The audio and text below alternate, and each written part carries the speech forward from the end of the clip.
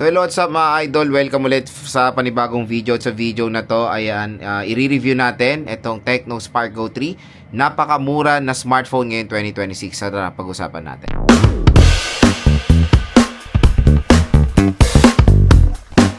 Naghahanap ba kayo ng mura na smartphone na mapapurchase ngayon 2026? Meron ako masasuggest sa inyo, which is itong Tecno Spark Go 3. So itong smartphone na to ay may two variants na nilabas sa Philippines. So meron tayong 4GB 64 at 4GB 128. So itong hinahawakan natin is yung 4GB 128GB of internal storage ng Tecno Spark Go 3. At kung interested kayo mag-purchase na itong smartphone na to, nandito yan sa ating view products. Ito sa inano ko section na to, mura at bagsak presyo lang dyan ng Tecno Spark Go 3. Pwede nyo to makuha yung 4GB 128 sa around 4 to 5,000 pesos. At yung 4GB 64, pwede nyo makuha ng below 4,000 pesos. So, napakagandang deal and hindi naman din tayo binigo sa specification na mo-offer ng Tecno Spark Go 3. May nakaka-disappoint na part, pero meron naman ding mga gandang mo-offer ang Tecno Spark Go 3 para sa inyo.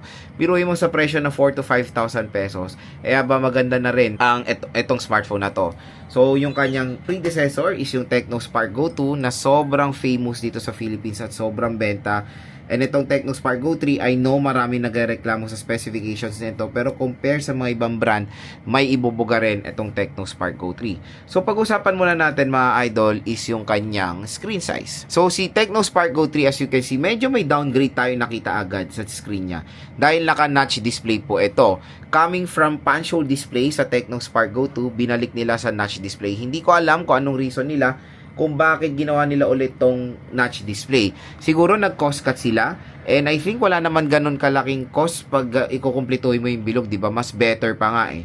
Pero yun nga, yun lang naman yung nakakalungkot na part, naka-notch siya, pero again, when it comes sa performance, hindi naman nakaka-affect sa performance ang notch display.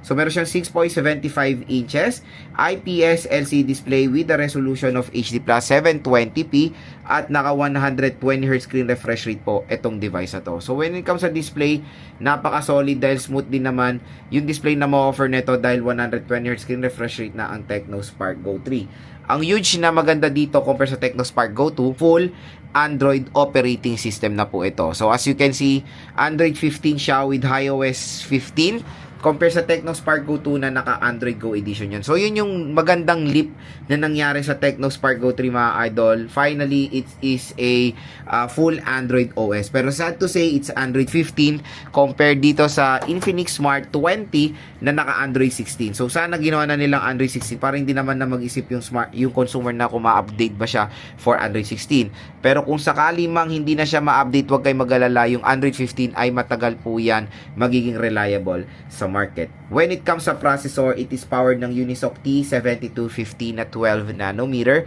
So, very powerful processor pero walang pinagkaiba sa Tecno Spark Go 2. Yun lang din yung nakakalungkot kasi hindi nila in-upgrade ng kahit konti yung kanyang processor. Pero don't get me wrong, the Unisoc T7250 is a great processor. Ang lakas niyan mga ka-J-Vlog, even pag maglalaro tayo. At ayan, nakapaglaro na tayo dito ng Roblox, COD, ML, and Honor of Kings. Lahat po ay super duper playable dito sa smartphone na to. And yun, hindi naman kayo bibiguin sa speed neto. Okay na okay yung kanyang performance. Kahit ano man ang gagawin nyo, maglaro man kayo or scrolling sa social media, kayang-kaya netong Tecno Spark Go 3. So, when it comes sa CPU, it is 1.8 GHz. And ang kanyang GPU is Mali G57. So, yung Mali G57 is very popular na yan na GPU sa entry-level segment ngayon na it can handle games din naman mga idol. And nakapaglaro tayo ng Genshin. Not smooth, pero playable naman. Yung RAM neto at yung 128, for me, the best na kunin nyo 128. Huwag na yung 64. Kung few hundred of pesos naman ang price difference, I suggest go for the 120GB. Mas better. At yan na rin yung the best minimum na pwede na natin magamit ngayong 2026. So, 4GB 128 po ito mga ka-J-Vlog, which is for a price ng 4 to 5,000 pesos, minimum na yan at okay pa naman gamitin ngayong 2026. As you can see here, it is a dual rear camera system pero hindi po siya dual ha, mukha lang. Dahil itong nasa baba na to, it is IR blaster, yung mga ginagamit sa remote, at ito is yung kanyang mismong lente na 13 megapixel front facing camera, rear camera, at yung front facing camera niya is 8 megapixel. So ito yung photo samples na kinuha natin sa Tecno Spark Go 3 nung nagdagat kami ng aking wifi. Ayan oh. Malinaw naman mga idol. all goods naman yung front-facing camera niya. For the quality, sa kanyang presyo, okay naman. Hindi na ako magre-reklamo dyan. Maganda rin naman. Meron siyang single speaker and yung volume niya is up to 300% volume. Ayan, no? Malakas yung speaker, nandun tayo, pero when ko sa visuality, yun lang naman yung nalulungkot ako. Kung nirate ko yung speaker neto, 1 ang lowest ng highest, ang score ko dito, nasa 7. At meron siyang fingerprint scanner. Ayan, pag nag-scan kayo, okay na, mabilis din ang fingerprint scanner ng Tecno Spark Go 3. Front-facing camera ay face unlock, mabilis din. Kahit na may eyeglass ako, na-scan niya naman. Okay? Tapos sa design mga ka-J-Vlog, as you can see here, mukha siyang iPhone, especially the color, iPhone 17. Ganito rin kasi yung color ng iPhone 17, yung lavender nila. Ang ganda nung kanyang design, to be honest. Real talk yan. Premium na premium tignan itong Tecno Spark Go 3. So, dito sa right side, nandito ang ating power button / fingerprint scanner and yung volume rocker. Sa taas naman, nandito yung ating speaker grills. Sa left side is yung SIM tray. Sa baba naman is a 3.5mm headphone jack microphone and yung USB Type-C port dito sa smartphone na to. And sa mga bibili rin nito, meron na siyang pre-installed na screen protector out of the box. Ang maganda sa Tecno Spark Go 3, tingnan nyo naman yung free case na kasama.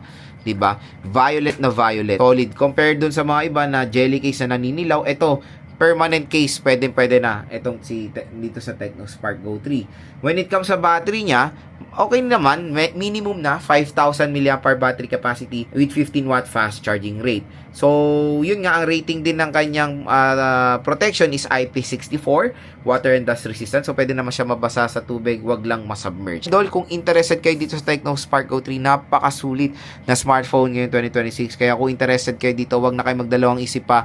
Yung product link nito nandito sa ating view products. Click nyo na yan dahil maligurado matutuwa rin kayo sa mo offer nitong Tecno Spark Go 3. Sobrang sulit ngayong 2020.